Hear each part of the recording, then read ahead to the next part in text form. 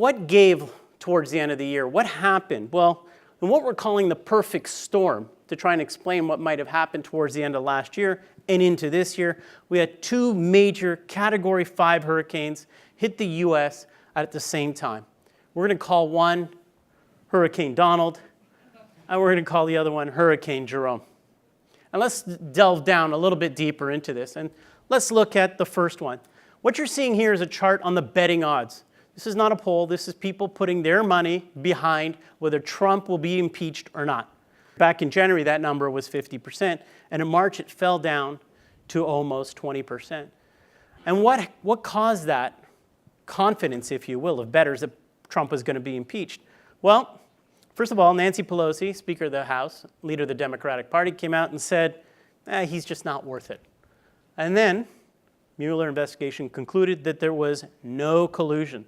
So as a result, the impeachment issue is off the table, and people weren't as worried about that. And that was certainly something that was troubling the markets last year. Another thing, though, that troubled us was this here. This is from the Brookings Institute, and it shows the turnover in the Trump administration in his first 2 years. And what you can see is he has exceeded any other previous presidential administration in terms of his turmoil.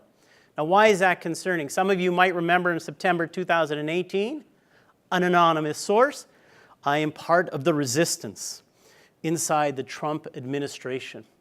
And this person further went on to say, Americans should know that there are adults in the room. We fully recognize what is happening, and we're trying to do what's right, even when Donald Trump won't. So the question we have is, are the adults still in the room? Right? Are they still ensuring that Donald Trump isn't going off the rails here? So is that what drives the market? The market has had a lot of difficulty discounting the Trump effect, but not really. What really troubled the market towards the end of the last year was his fighting with China and picking a fight with China. And so this is what really scared the market, because this has some significant implications. And it started, of course, with slapping on tariffs of 25% on $50 billion, followed by further tariffs on $200 billion. China immediately retaliates with tariffs on pretty much everything that they import from the United States.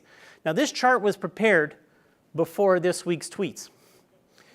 So what's happened since then? He's threatened to put further tariffs on pretty much $300 billion worth, effective tomorrow, when the Chinese delegation lands in the U.S. for negotiation.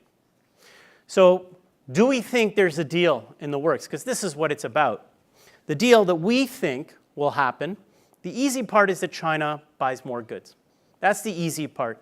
The more difficult part is the protection of intellectual property, the reduction of government subsidies to Chinese state-owned enterprises, and to end the technology transfer from U.S. companies. And there was a report out of Reuters, I believe it was yesterday, talking about a leak and what the Chinese government allegedly rolled back. And they apparently rolled back many of what you're seeing here in front of you that they negotiated. And that's why Donald Trump tweeted out what he did on Sunday, sending markets into the state they're in. The hardest part of this deal, we think, isn't what you see in front of you. It's going to be this part, the enforcement of it. Whatever deal they arrive at, Donald Trump would like a mechanism that's unilateral, and he would like to leave the tariffs in place, existing tariffs. And so that is problematic, and I think the Chinese are going to have difficulty with that. We think it will get resolved. We think it'll take some time. And one of the reasons we think it'll get resolved is Donald Trump wants to get reelected in 2020, and that's really important. We also think that once this gets resolved, Trump may pick a fight with Europe. So just be mindful of that.